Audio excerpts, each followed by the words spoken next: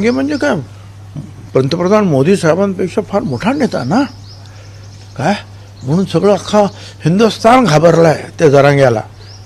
तर काय सांगतोय, काही बडबडते काही बडबडते. त्याची अक्कल हुशारी म्हणजे किती हो.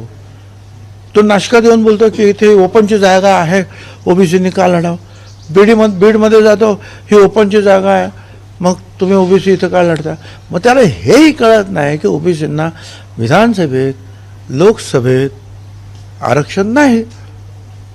आता आम्ही सुद्धा येवला ओपन आहे, तिथूनच निवडून येतो. समीर भाऊ ओबीसी असले तरी इथूनच निवडून आले होते खासदार. आता ज्याला एवढं सुद्धा समजत नाही तर आता काय सांगायचं आपण. आणि मोदींना तो तर असं पण बोलला होता, मोदींना महाराष्ट्रात येऊ देणार असं काहीतरी म्हणाला होतं पूर्वी, आठवतं का. आता मोदी साहेबांचे तर एवढं